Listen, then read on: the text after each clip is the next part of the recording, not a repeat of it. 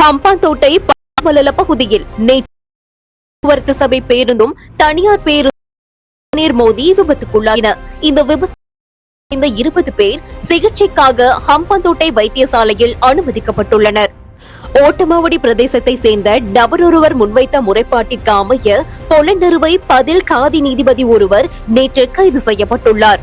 5000 ரூபாய் லஞ்சமாக பெற்றுக்கொண்ட குற்றச்சாட்டின் பேரிலேயே இந்த கைது நடவடிக்கை முன்னெடுக்கப்பட்டுள்ளதாக லஞ்ச ஊழல் விசாரணை ஆணைக்குழு தெரிவித்துள்ளது.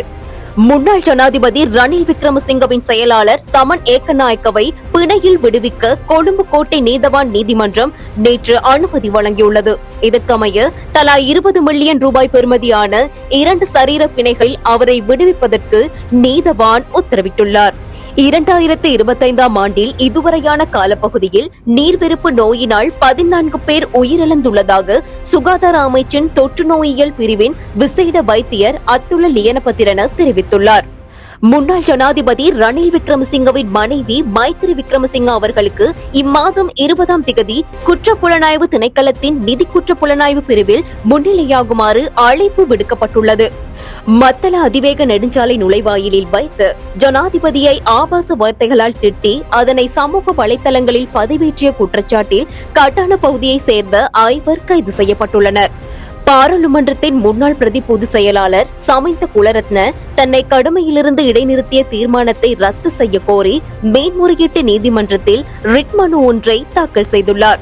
போலி உறுதிப்பத்திரங்களை தயாரித்து காணி மோசடியில் ஈடுபட்ட குற்றச்சாட்டில் வெண்ணப்புவ பிரதேச சபையின் முன்னாள் உறுப்பினரான சட்டத்தரணி ஒருவருக்கும் மற்றும் ஒருவருக்கும் தலா 16 ஆண்டுகள் கடூழிய சிறை தண்டனை விதித்து சிலாபம் மேல் நீதிமன்றம் நேற்று உத்தரவிட்டுள்ளது. புனித ரமலான் நோன்பு காலம் இன்று ஆரம்பமாகிறது. நேற்று இரவு புதிய பிறை தென்பட்டதை அடுத்து இன்றைய தினத்திலிருந்து 1 மாத காலத்திற்கு முஸ்லிம் மக்கள் நோன்பு நோட்பார்கள் என கொழும்பு பெரிய பள்ளிவாசல் பிறைக்குழு அறிவித்துள்ளது. அக்குரேகொட பகுதியில் சட்டத்தரணி தம்பதியினர் சுட்டுக் கொலை செய்யப்பட்ட சம்பவம் தொடர்பில் கைது செய்யப்பட்டிருந்த சகோதரர்கள் இருவரையும் எதிர்வரும் மார்ச் மாதம் 4ஆம் திகதி வரை விலக்கு மறியலில் வைக்க நீதிமன்றம் உத்தரவிட்டுள்ளது. உறுதிப்படுத்தப்பட்ட உண்மை செய்திகளை உடனுக்குடன் தெரிந்து கொள்ள ஆயுள் மீடியாவை ஃபாலோ செய்யுங்கள்.